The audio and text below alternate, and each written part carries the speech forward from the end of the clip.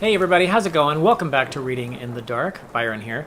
I'm going to do my wrap-up for everything I read in the month of December now. So in December, let's see, I read 7 books, and a lot of them were kind of short. There were a few novellas, short stories. December was a really fun month. I didn't read the longest things in the world, but I read some really good stuff, and I did a good job of keeping myself in like the holiday spirit. I think that's reflected in my reads. And something that I started doing this month or last month in December that I'm carrying forward with me, and I don't want it to become like a crutch, like something that I have to have, but something that I started doing was looking up sort of ambience videos on YouTube to play in the background on my TV while I'm reading. So I'll try to find something that matches the content of the book I'm reading.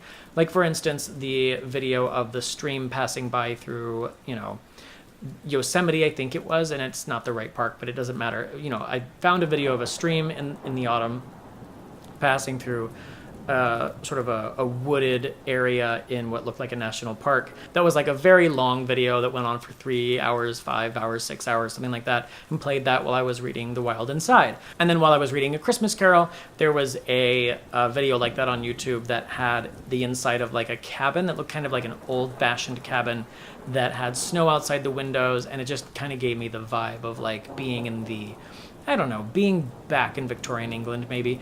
And I don't know, it just kind of put me in the mood and sort of set the scene in a way to sort of help me stay focused on what I was reading.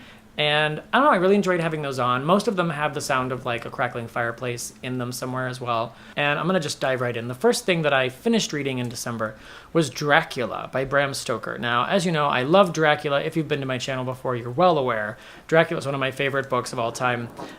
It is a little bit lengthy. I read this on my Kindle. And then while I was reading it, I ordered a hardcover because I realized I didn't have it on my shelf, and I really should. But yeah, so Dracula is a funny book because it's an epistolary novel, and it tells the story of these men and this woman, Mina, all kind of banding together as a team to try and take down Count Dracula. It's told through letters that they write to each other and to journal entries that they write for themselves. And what's really interesting about Dracula is that as an epistolary novel, a lot of times what happens in stories like that is that, I don't know, it sort of becomes a little bit unbelievable, the amount of detail that is written in their journal entries and how well the story holds together, even though it's being told through letters and journal entries. And what's really neat about Dracula is that throughout the book, Bram Stoker has the characters talking about making sure that they write down everything they can think of to write down so that they will have a record of what happened. And in fact, they put Mina Harker in charge of sort of transcribing all of their notes. I don't remember if it's on a typewriter, but in shorthand, I believe, so that they will have an accurate record of what happened so that people will believe them later. So that was an interesting aspect of this that I had forgotten about. It's sort of inventive. The story really moves along pretty quickly and is super entertaining. I will say that there are very misogynist elements in terms of the way the men interact with the two main female characters, Mina and Lucy. This is a very Victorian novel. There's a lot of ideas about purity and chastity and all that. And there's a double standard, of course. And what's ironic about this is that Stoker allows Mina to really be the strongest hero in the book. The men spend a lot of time and a lot of energy trying to protect her and to keep her out of harm's way and to keep her uninvolved from the situation. And when it becomes impossible to do that, and she has to take part in the sort of team effort, she ends up being a really important part of the team, and really, truly, it is her main contribution to the group is very directly related to her connection with Dracula. And if she hadn't been able and willing, they probably would not have been successful. So at the end of the day, despite all of their concerns about keeping her safe, she's really the one who saved their butts. All of that aside, and I do think you can put it aside because this book is really groundbreaking in so many ways. All of that aside, I really did love this novel. Again, I had a great time. I think I lowered my rating from 5 stars, as it stood for many, many years, to 4 stars, just in light of some of those sexist elements of the book. But it's Dracula. It's great. I'm going to reread it every year, and I had a great time reading it. The next book that I finished, after so long, it took so long, and I was so thrilled to finally be done with it, which really is not a reflection of the quality of the book itself, was from Contemporary-a-thon 2018, which took place in September. The Wild Inside by Christine Carbo. I sort of slogged through The Wild Inside for many, many months, And the deal with The Wild Inside is it's kind of a crime novel told from the perspective of a man who's investigating an apparent homicide that took place within a national park. And he works for the National Park Service, and that's kind of what he does. So it is a slice of life for this man, and it has to do with the connection that he has to grizzly bear attacks due to the fact that his father was mauled by a grizzly bear while he was out camping with him when he was a young man. And he's traumatized by that, and there's parallels between his memory of that experience and the crime that he's investigating, because a mauling with a bear is involved in this murder.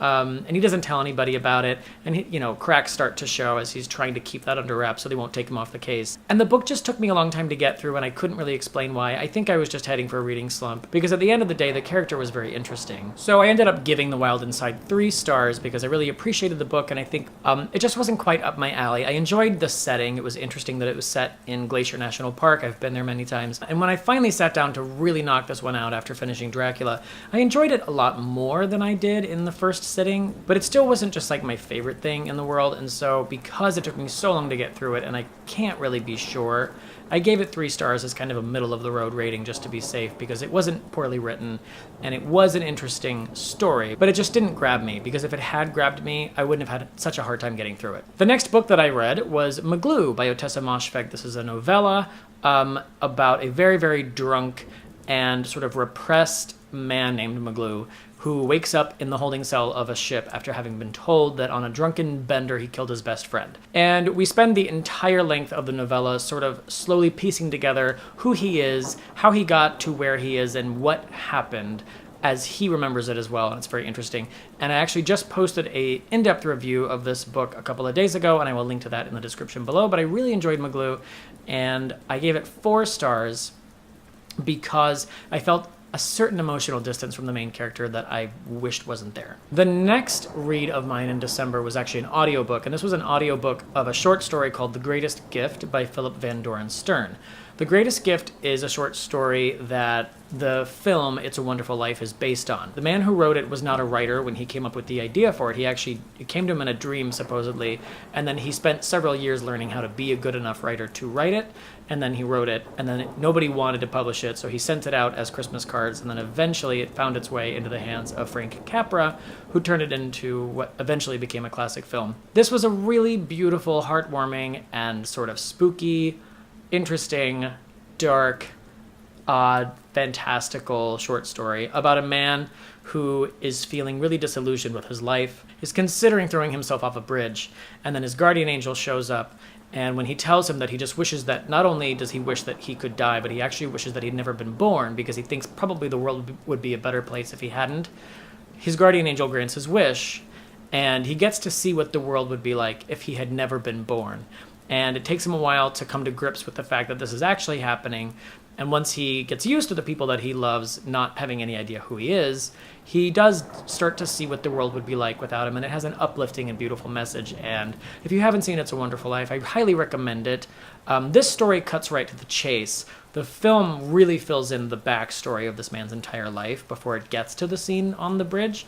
But it's really beautiful, and I've always loved it. So I wanted to read this story finally, and I realized that since it was a short story, I could listen to it in the car on the way home, because there was a really great audiobook narrated by Edward Herman, and he did a really beautiful job, and it was just a very charming, sweet story, and it made me cry, and made me feel better about life, and grateful for everything that I have. And so with all of that in mind, I had no choice but to give The Greatest Gift 5 stars. The next book that I read was one of the other Christmas stories by Charles Dickens. I say other, meaning not A Christmas Carol. I've read this in the hardcover anthology of the Christmas stories of Charles Dickens. They're arranged in that book in chronological order of publication, so this was the second Christmas story that he actually published. But I wanted to read Christmas Carol on Christmas Eve or Christmas Day or close to it, so I was saving it for later. So the first one I read was The Chimes. This story is actually, interestingly, it's actually kind of similar to The Greatest Gift and It's a Wonderful Life. It's a conversion story about sort of a man who is poor, and his daughter is telling him that she's going to marry her lover.